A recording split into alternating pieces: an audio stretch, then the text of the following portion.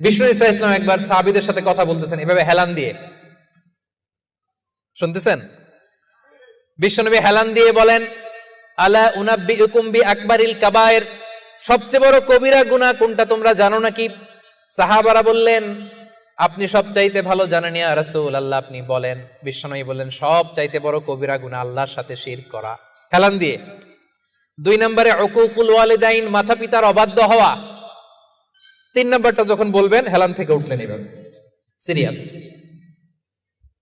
3টা কবিরা গুনাহ তোমাদের বলবো না, বলেন। 2টা বলছে হেলান দিয়ে, একটা হচ্ছে আল্লাহর সাথে শিরক করা, 2 নাম্বার হচ্ছে মাতা পিতার অবাধ্য হওয়া। 3 নম্বরটা যখন বলবেন, ওয়াকানা মুত্তাকিয়ান, তিনি হেলান দেওয়া ছিলেন, ফাজালাসা, সিরিয়াস হয়ে বসলেন।